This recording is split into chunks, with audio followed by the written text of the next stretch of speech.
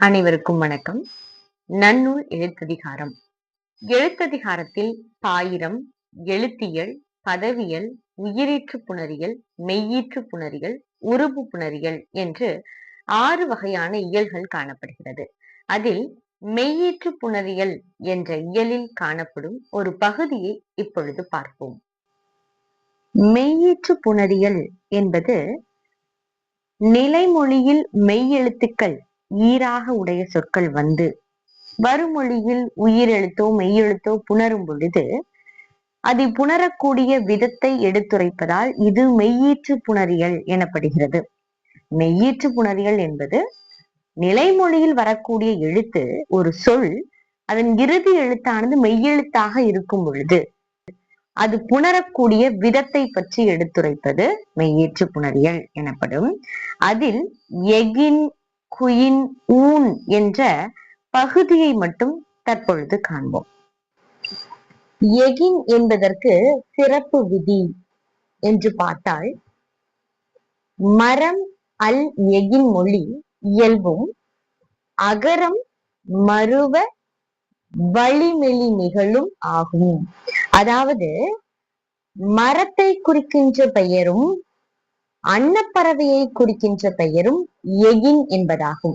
இதில் மரத்தை குறிக்கின்ற பெயராக அல்லாமல் அன்னப்பறவையை குறிக்கின்ற இடத்தில் எகின் என்ற சொல் வருமாயின் அது வேற்றுமை புணர்ச்சியில் இயல்பாக வரும்.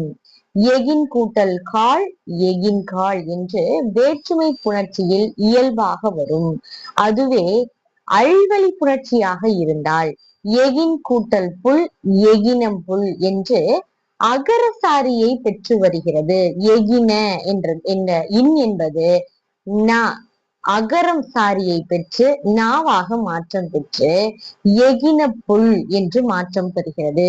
எகின் கூட்டல் கால், எகினங்கால், எகினக்கால் என்று அகரசாரியை பெற்று அல்வழி புணர்ச்சியில் வரும். அதாவது எகின் என்ற சொல் மரப்பெயர் இல்லாமல் அன்னப்பறவையை குறிக்கின்ற சொல்லாக இருந்தால் வேற்றுமை புணர்ச்சியில் இயல்பாகும், அல்வழி புணர்ச்சியில் அகரசாரியை பெற்று வரும் என்பதாகும்.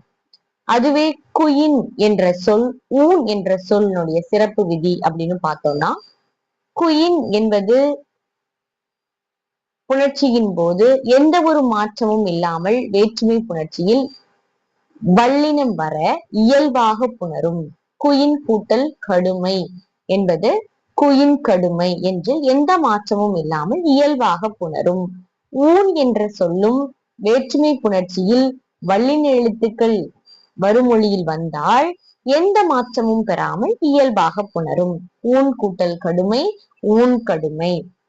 ஊன் என்பது இறைச்சி, சதை என்ற பொருளில் வரும்.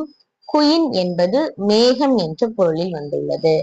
ஆக குயின், ஊன் என்ற சொல் புணர்ச்சியின் பொழுது வேற்றுமை புணர்ச்சியில் எந்த மாற்றமும் இல்லாமல் இயல்பாக புணரும். நன்றி.